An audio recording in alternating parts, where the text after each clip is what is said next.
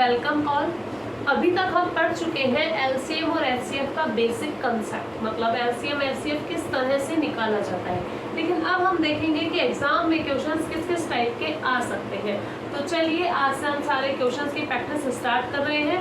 अभी हम क्वेश्चन के टाइप देखेंगे, किस किस टाइप के क्वेश्चंस आते हैं, उसकी ट्रिक्स करेंगे साथ में कि उसको शॉर्टकट तरीके से जल्दी से किस तरह से किया जा सकता है। और उसके बाद में हम करेंगे पीवाईक्यूज, पिछले कुछ सालों में आए हुए एग्जाम के अंदर क्वेश्चंस की किस टाइप के क्वेश्चंस आते हैं। चलिए स्टार्ट करते हैं। तो हमने लास्ट क्लास में एक फॉर्मूला पढ़ा था, LCM multiply HCF is equals to A multiply B. ये फॉर्मूला हम लास्ट क्लास में पढ़ चुके हैं। और चलिए इसका पहले मैं एक क्वेश्चन कराती हूँ। वैसे हम लास्ट क्लास में भी कर चुके हैं, पर एक क्वेश्चन मैं यहाँ पे आप लोगों को बताती हूँ कि दो संख्याओं का लसा हमें दिया हुआ है 60, दो संख्याओं का लसा हमें दिया हुआ है 60, साथ में हमें उन्हीं दो संख्याओं का जो मसा है वो दिया हुआ है 5। दो संख्याओं का लसा 60 दिया हुआ है, मसा 5 दिया हुआ है, एक संख्या दी हुई है 30। ऐसे बोला गया है कि यदि एक संख्या 30 हो तो दूसरी संख्या बताइए कि क्या होगी। यदि एक संख्या 30 हो तो बताइए दूसरी संख्या क्या होगी। देखिए सिंपल सा हमें वही काम करना है। हमने हमारे फॉर्मूले को लिखा, अब आप ऐसे भी लिख सकते हैं, चाहे इस साइड लिखो चाहे उस साइड, एक ही मतलब है। यहाँ हमें एक संख्या पता है 30 मल्टीप्लाई, दूसरी संख्या नहीं पता है इसलिए लगाया b। एलसीएम हमें पता है यहाँ पे 60 है और एचसीएफ हमें पता है यहाँ पे 5 है। यहाँ से जो दूसरी संख्या निकल कर आएगी वो आएगी इस तरह से। ये जो मल्टीप्लाई में है वो नीचे डिवाइड में आ जाएगा और इसको हम सॉल्व कर लेंगे। 30 1 जा 30, 30 2 जा 60, 2 5 जा 10। तो दूसरा नंबर आया हमारे पास में, दूसरी संख्या वो है 10। देखिए बहुत सिंपल सा क्वेश्चन है और कई एग्जाम में आता है। ये बहुत से एग्जाम में इतना सिंपल सा क्वेश्चन आता है, तो इसमें आई होप कोई मिस्टेक नहीं होनी चाहिए। इन चारों में से कोई 3 चीज आपको दी जाएगी और चौथी चीज आपसे पूछी जाएगी। चलिए तो ये तो बहुत सिंपल क्वेश्चन था। अगर इसी फॉर्मूले में या इसी तरह के क्वेश्चंस को थोड़ा सा घुमा कर दे दिया जाए तो वो कैसा हो सकता है, हम उसे देखते हैं।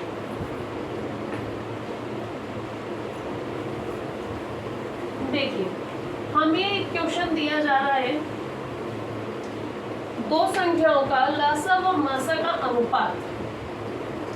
हमें क्वेश्चन किस हिसाब से दिया जा रहा है, दो संख्याओं के लसा व मसा का अनुपात। दो संख्याओं के लसा व मसा का अनुपात हमें दिया हुआ है 1:4।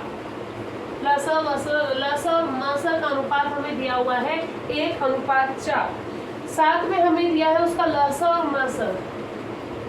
लसा दिया गया है 84, मसा दिया हुआ है 21। देखिए इस क्वेश्चन को मैं दो तरह से आपको बताऊंगी। पहले हम नॉर्मल फॉर्मूले से देखते हैं। हमें यहाँ पे दोनों संख्याएं बतानी है। ध्यान रखना ये अनुपात है। अनुपात क्या होता है, जैसे हम मान लेते हैं कि मेरे पास संख्या थी 5 और 20, तो हम जानते हैं दोनों 5 से कट रहे हैं, हमने इसको काट दिया, मतलब डिवाइड कर दिया और ये सबसे स्मॉलेस्ट फॉर्म आ गई रेशियो में। तो जब भी हमें रेशियो या अनुपात दिया हुआ होता है तो वो हमेशा छोटी फॉर्म होती है, सबसे छोटी फॉर्म, जिसे और नहीं काटा जा सकता। अब हम 1 और 4 को और नहीं काट सकते ना। अब जरूरी नहीं है ना कि 5 और 20 का ही 1 और 4 है। सपोज करो 3 और 12 है, और तो इसका भी तो 3 1 जा 3, 3 4 जा 12 आंसर आने वाला है, मतलब रेशियो आने वाला है, शॉर्टेस्ट फॉर्म आने वाली है। तो इस तरह से कई नंबर होते हैं जिनकी जो शॉर्टेस्ट फॉर्म है, उनकी जो सबसे छोटी वाली फॉर्म है वो 1:4 है। काट पीट के उसको छोटा किया हुआ है केवल। तो हमें सिर्फ ये बताना है ये कौन सी संख्या है, ये वाली है या कुछ और है। ऐसी तो हजारों संख्याएं हैं, लाखों संख्याएं, हमें क्या पता किसका रेशियो है। इसलिए उसको करने के लिए हमें साथ में लसा और मसा दिया हुआ है। तो पहले तो हम अपने फॉर्मूले से करते हैं, तो बाद में इसको एक छोटी सी ट्रिक से समझेंगे। ट्रिक नहीं है, वैसे तो सब बेसिक कंसेप्ट ही है, लेकिन हाँ आप लोगों को उस पर ट्रिक नाम दे दिया जाता है बस। देखिए पहले हमारा फॉर्मूला लगा देते हैं। अच्छा एक चीज़ और ध्यान रखना, जब भी हमें अनुपात में संख्याएं दी हो किसी भी क्वेश्चन में, इस चैप्टर में ही नहीं, कभी भी जब भी हमें अनुपात में संख्या दी हुई होती है तो मोस्टली ज़्यादा से ज़्यादा टाइम हमें क्या करना होता है, इस रेशियो वाले नंबर के दोनों तरफ x लगाना होता है। कोई भी वेरिएबल लगाना हो, एक्स लगा दो, वाई लगा दो, जेड लगा दो, टी लगा दो, कुछ भी लगा दो, लेकिन जब भी हमें अनुपात में नंबर दिया जाएगा तो दोनों साइड हमें कोई ना कोई वैल्यू लिखनी पड़ेगी। यहाँ पे हम x और y दो अलग अलग वेरिएबल लेंगे क्योंकि दोनों संख्याएं अलग अलग हैं। तो हमने लिया एक x अनुपात 4y, ठीक है। वैसे x लगा दो, x लगा रहे हैं हम। तो यहाँ पर हम स्टार्ट करेंगे, माना जो दोनों संख्याएं हैं, माना जो हमारे पास दोनों संख्याएं हैं वो क्या है, एक x व 4x, दोनों में सेम चीज लगाते हैं। वो जो मैंने अभी बताया एक में x एक में y, वो कहीं कहीं किसी किसी कंडीशन में लगेगा, बहुत कम लगता है। कहाँ लगेगा वो हम किसी क्वेश्चन में आएगा तब बता देंगे। फिलहाल हमें ध्यान रखना है जब भी अनुपात में क्वेश्चन आए दोनों तरफ एक ही वेरिएबल लगाना है, या तो दोनों तरफ x, दोनों तरफ y, दोनों तरफ z, दोनों तरफ t, m, कुछ भी जो आपको सही लगे, जो क्वेश्चन में पहले से दिया हुआ ना हो। तो दोनों तरफ हमने x लगा दिया, एक हो गया एक x और दूसरी संख्या होगी 4x। बस अब हमें यहाँ पे x की ही वैल्यू निकालनी है, ठीक है। तो हम पहले हमारे फॉर्मूले से करते हैं। हमारा फॉर्मूला था a multiply b is equals to LCM into HCF, ये हमारा फॉर्मूला था। पहली संख्या 1x, दूसरी संख्या 4x, LCM हमें दिया हुआ है 84, HCF दिया हुआ है 21, ठीक है। ये क्या हो जाएगा, ये हो जाएगा x मल्टीप्लाई x 84 इंटू 21, और इधर से ये 1 और 4 मल्टीप्लाई में इधर की साइड डिवाइड हो जाएगा। 4 एकम 4, डायरेक्ट 4 लिख दो या 1 और 4 लिख दो, कोई फर्क नहीं पड़ता। बहुत से स्टूडेंट्स ऐसे हैं जिन्हें ये कैलकुलेशन नहीं आती, इसलिए मैं बिल्कुल सिंपलेस्ट फॉर्म में बता रही हूँ। 1 और 4 मल्टीप्लाई में, इसके उधर डिवाइड में चलेगा, इसको कट कर दो। हमारे पास आया 21 मल्टीप्लाई 21, मल्टीप्लाई मत करना।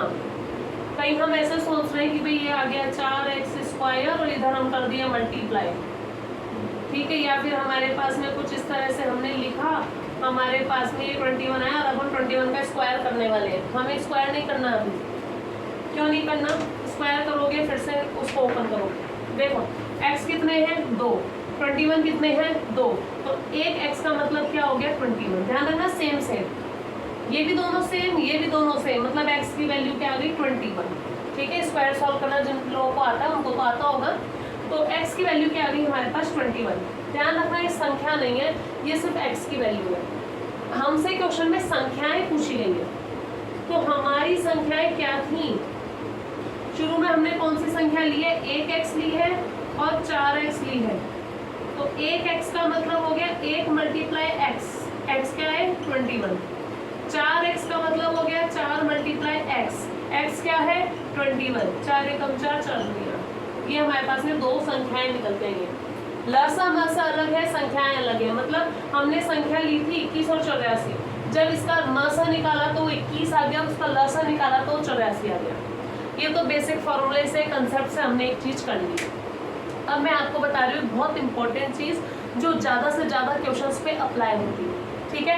उस चीज को बड़े ध्यान से समझना, उसी के बेस पे इस क्वेश्चन को मैं दोबारा करके आप लोगों को बताने वाली हूँ। वो चीज है HCF की। HCF क्या होता है, जो दो संख्याएं हमें दी हुई होंगी, 3 संख्याएं हो, 4 संख्याएं हो, कितनी भी संख्याएं हो, उसका HCF जो होता है वो उसका एक गुणनखंड होता है, ठीक है। और उन संख्याओं को HCF से गुणा करके लिखा जाता है। मतलब अगर हमें कोई भी संख्या बतानी है कि कौन सी संख्या का HCF निकाला गया है या LCM निकाला गया है, तो उस संख्या के लिए इस HCF को ही मल्टीप्लाई होना पड़ेगा, किसी न किसी नंबर से इस HCF को ही मल्टीप्लाई होना पड़ेगा। HCF के गुणज के रूप में लिखी जाती है, संख्याएं HCF के गुणज के रूप में होती हैं। हमेशा जो दी गई संख्याएं हैं जिनका हम LCM और HCF निकाल रहे हैं, वे संख्याएं HCF के गुणज की फॉर्म में होती है। इसका क्या मतलब हुआ, इसका मतलब हुआ मैंने लिया एक नंबर 12 और मैंने एक नंबर लिया 15, ये हो गया 2 इंटू 2 इंटू 3 और ये हो गया 3 इंटू 5, ठीक है। यहाँ पे HCF क्या आएगा, जो दोनों में कॉमन हो, मतलब क्या आएगा 3 आएगा। अब ये बताओ HCF 3 और संख्या है 12 और 15, तो 12 को हमने HCF के ही तो गुणा में लिखा है, 3 गुणा 4 और 15 को हमने एचसीएफ की तो गुणा में लिखा है 3 गुणा 5, कॉमन ही तो दिया है अपन ने, ठीक है। इस चीज को ध्यान रखना है, सबसे ज्यादा जगह काम आएगा। तो अब इस क्वेश्चन में क्या काम है, देखो हमें यहाँ पे अनुपात दिया हुआ है, यहाँ पे अनुपात दिया हुआ है 1:4, एचसीएफ दिया हुआ है 21, पूछा है संख्याएं बताओ। देखो मैंने अभी कहा यहाँ अनुपात है तो दोनों में x लगा देना, मतलब कि किसी से तो गुणा हो ही रही होंगी, x तो लगेगा। तो किससे गुणा हो रही होंगी, हमेशा एचसीएफ से गुणा हो रही होंगी, यानी ये तो हो रहा है 21 से और ये भी हो रहा है 21 से, ये हो गया 21 और ये हो गया 84, ठीक है। हमें यहाँ लसर की जरूरत ही नहीं है, लसर दे तो भी ठीक, ना दे तो भी ठीक। कई बार एग्जाम में क्वेश्चन आते हैं, एग्जाम में क्वेश्चन आया हुआ है पहले भी, जिसमें लसर और मसर का अनुपात दे दिया गया है, मसर दिया है, लसर हमें दिया ही नहीं है, और सीधा पूछा है बड़ी संख्या बताओ क्या होगी, या फिर पूछ दिया छोटी संख्या बताओ क्या होगी, या फिर दोनों संख्याएं पूछ ली जाए। हमें से अब जैसे ये क्वेश्चन है, अनुपात है 1:4, लसर हमें नहीं दिया हुआ और मसर दिया हुआ है 21, और अब हमसे पूछ रहा है भाई बड़ी संख्या बताओ क्या होगी, कौन सी संख्या है बड़ी वाली। तो देखो आप लोगों को क्लियर सा दिख रहा है, अनुपात के अंदर बड़ा कौन है 4, अनुपात में बड़ा कौन है 4, तो एचसीएफ से गुणा कर दो 4 को, 84, तो बड़ी संख्या क्या हुई 84। कॉपी पेन की जरूरत नहीं पड़ती है, मान लो ये रेशियो आपको दिया किसी ने और एचसीएफ आपको दे दिया 1, कि भाई 3 संख्याएं हैं, 2:3:5 के रूप में है, और हमें बता दिया कि इन तीनों संख्याओं का मस क्या है 8 है। अब बताओ इसके अंदर सबसे बड़ी संख्या क्या होगी, तो हमें अनुपात सबसे बड़ा कौन सा दिख रहा है 5, सीधा एचसीएफ से गुणा कर दो, 5 × 40, आंसर खत्म, ठीक है। इस टाइप का क्वेश्चन आपको समझ में आ गया होगा। अब हम देखते हैं नेक्स्ट टाइप का क्वेश्चन कैसा हम करा सकते हैं।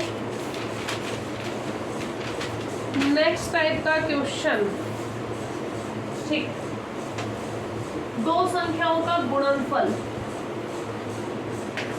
हमें यहाँ दिया है, दो संख्याओं का गुणनफल, दो संख्याओं का गुणनफल दिया हुआ है, कितना दिया हुआ है, दो संख्याओं का गुणनफल दिया है 2160, और हमें बोला गया है कि मासा है 12। अब बताओ जी संख्याएं क्या होंगी, अब बताओ कि दोनों संख्याएं क्या होंगी। अब भाई अगर हम ये फॉर्मूला लगा देंगे तब तो हमारे पास केवल एलसीएम निकल के आएगा। ध्यान रखना हमसे एलसीएम नहीं पूछा है, अगर पूछा जाए एलसीएम तब तो सीधा सा लगाओ ना, दो संख्या का गुणा डायरेक्ट दिया हुआ होगा और एलसीएम निकालना है, एचसीएफ से भाग लग जाएगा। एलसीएम पूछे तब, हमसे एलसीएम नहीं पूछा है, हमसे पूछा है संख्याएं बताओ, वो कौन सी दो संख्याएं हैं जिनको गुणा करके 2160 आ रहा है और उसका मसा 12 आ रहा है, कौन सी। अब ये बात भी सही है यार, गुणा तो कैसे भी आ सकता है, हमने निकाला 3 × 5 भी 15 होता है, और 15 एकम 15 भी 15 होता है, 12 निकाल रहे तो 6 दूनी 12 होता है, 3 4 12 होता है। कई संख्याएं हैं जिनको गुणा करके 2160 मिल सकता है, इसीलिए साथ में कंडीशन दी कि मसा 12 होना चाहिए। क्या करेंगे, हम उन संख्याओं को मानते हैं, चलो भाई एक संख्या x है एक संख्या y है, ठीक है, हमें नहीं पता कौन सी संख्या है, कुछ तो मानना पड़ेगा, तो हमने ले ली एक संख्या x है और दूसरी संख्या y है, ठीक है। दूसरा मैंने कहा संख्याएं जो भी होती है हमेशा मासा के गुणा में होती है, इसका मतलब जो संख्या होगी ये होगी 12x और ये होगी 12y। हमने ले ली दो संख्याएं x अनुपात y में ले लो, तुम दो संख्याएं हैं x और दूसरी y, अब मैंने ले लिया x अनुपात y, ठीक।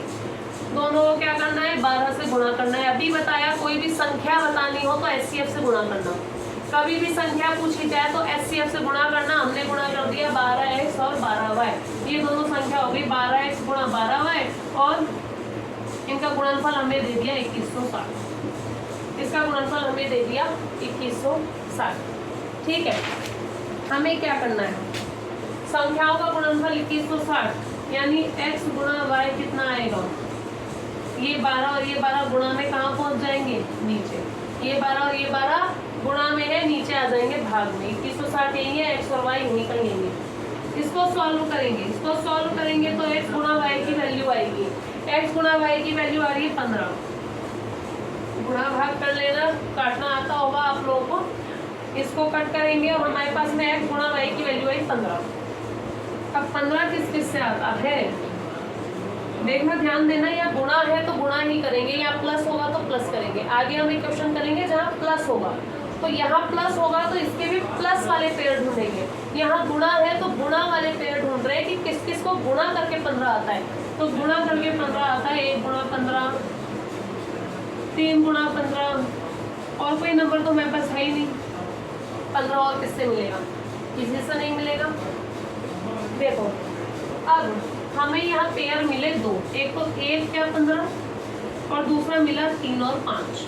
1 15 और 3 और 5। यहाँ तो चलो क्वेश्चन ही थोड़ा इजी है, मेरे को दूसरा क्वेश्चन लेना चाहिए था, मैं आपको दूसरे क्वेश्चन में बता दूंगी। और यहाँ हमने नंबर लिया है 15, तो इसके दो पेयर हमें मिले और दोनों ही पेयर कैसे, सह अभाज्य। देखो सह अभाज्य संख्याएं जानना आपके लिए बहुत जरूरी है। सह अभाज्य संख्याएं वे संख्याएं होती हैं जिन दोनों संख्याओं में कुछ भी कॉमन नहीं होगा, जिसका HCF 1 होगा। HCF 1 कब होता है, मासा 1 कब होता है, जब दोनों में कुछ भी कॉमन नहीं हो। मासा 1 कब होता है, जब दोनों में कुछ भी कॉमन है। जैसे मैंने 3 लिया और 5 लिया, बताओ इन दोनों में कुछ कॉमन है क्या। दोनों का अगर मासा निकालेंगे तो क्या आएगा, 1 ही तो आएगा।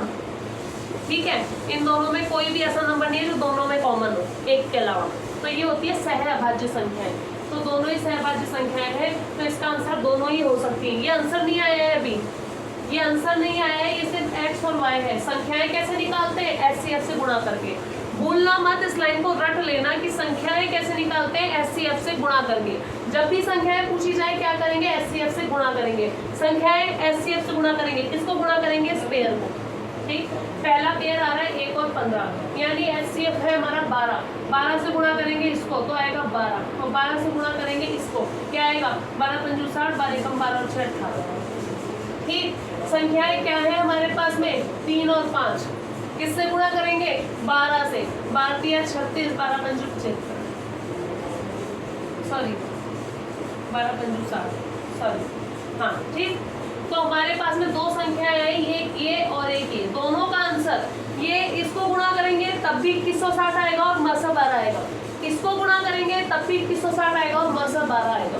तो इसमें से दोनों ही आंसर हमारे करेक्ट है। अब ऑप्शन में इन दोनों को, दोनों ही ऑप्शन नहीं मिलेंगे तुम्हें, ऑप्शन में कोई एक ऑप्शन मिलेगा।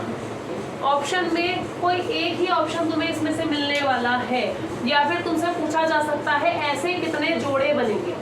ध्यान रखना, क्वेश्चन हो सकता है कि दो संख्याओं का गुणनफल 2160 है, उन संख्याओं का मासा 12 है, ऐसे कितने जोड़े बनेंगे। या फिर पूछा जाए ऐसी कितनी संख्या, ऐसी कौन सी संख्याएं होंगी। संख्याएं पूछेंगे तो तुम्हें HCF से गुणा करके आंसर बताना पड़ेगा कि ये संख्याएं हैं। अगर पूछा जाए कितने जोड़े होंगे तो क्वेश्चन यही सॉल्व हो जाएगा जहां तुम सहअभाज्य संख्याएं निकालोगे। सहअभाज्य संख्याएं को प्राइम फैक्टर्स, को प्राइम फैक्टर्स। सहअभाज्य संख्याएं कितनी है, 1 और 2, तो कितने जोड़े बनेंगे, ऐसे 2 बनेंगे। ठीक, अब नेक्स्ट टाइप का क्वेश्चन और देखते हैं। इसके अंदर यह तो हमें गुणा दिया हुआ था, अगर गुणा नहीं देके प्लस दे दें तब क्या करेंगे, चलिए देखते हैं इस टाइप का क्वेश्चन।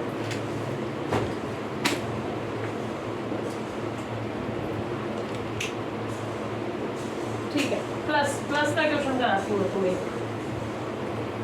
प्लस का क्वेश्चन करते हैं। हमें यहाँ पे नेक्स्ट क्वेश्चन दिया हुआ है कि दो संख्याओं का योग, दो संख्याओं का योग हमें दिया हुआ है। क्या दिया हुआ है, हमें दिया हुआ है दो संख्याओं का योग और उसके साथ दिया हुआ है मास। पहले मैं आप लोगों को ट्रिक बता देती हूँ। दो संख्याओं का योग हमें दिया हुआ होगा s, मतलब हम नाम ले रहे हैं s, और मासा को हम मान लेते हैं x। क्या दिया हुआ होगा, दो संख्याओं का योग दिया होगा s और मासा दिया होगा x। तब हम क्या करेंगे, तब हम निकालेंगे a प्लस बी बराबर s अपॉन x। मतलब जो योग दिया हुआ है उसके अंदर मासा का भाग लगाएंगे, उसको आंसर आएगा। अब वो जो आंसर आएगा उसके यहाँ प्लस है तो हम प्लस के पेयर बनाएंगे। अभी क्वेश्चन करेंगे समझ आ जाएगा, हम उसके प्लस के पेयर बनाएंगे। लेकिन कैसे पेयर, सहअभाज्य संख्याओं वाले पेयर।